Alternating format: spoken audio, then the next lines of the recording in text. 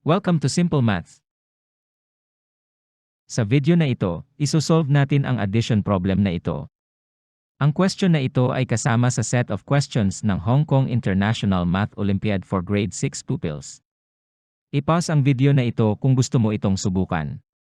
Kapag ready ka na, watch this video till the end para malaman mo how to solve this kind of addition problem.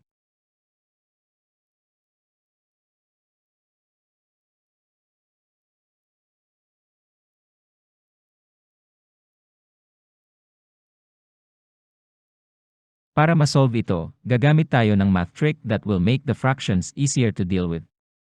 First, we will let the expression be equal to s. Next, we will find 2s, that is by multiplying the whole expression by 2.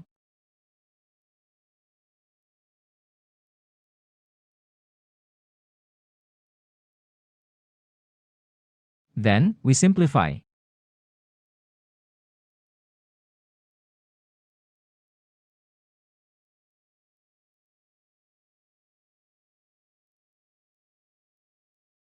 Now, let us find 2s minus s.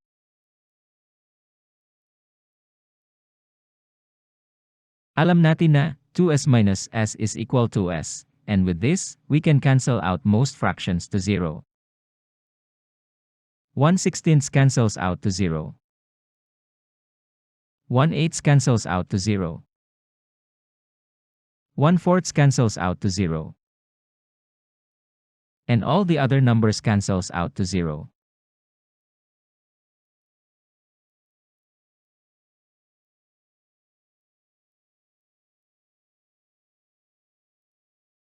The only quantities left are 64 and 1/32.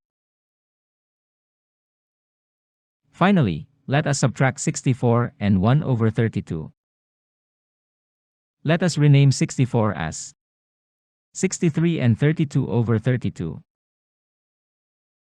The difference is now equal to 63 and 31/32. This is the answer to this Olympiad math question. Maraming salamat sa iyong panonood. Subscribe for more videos like this.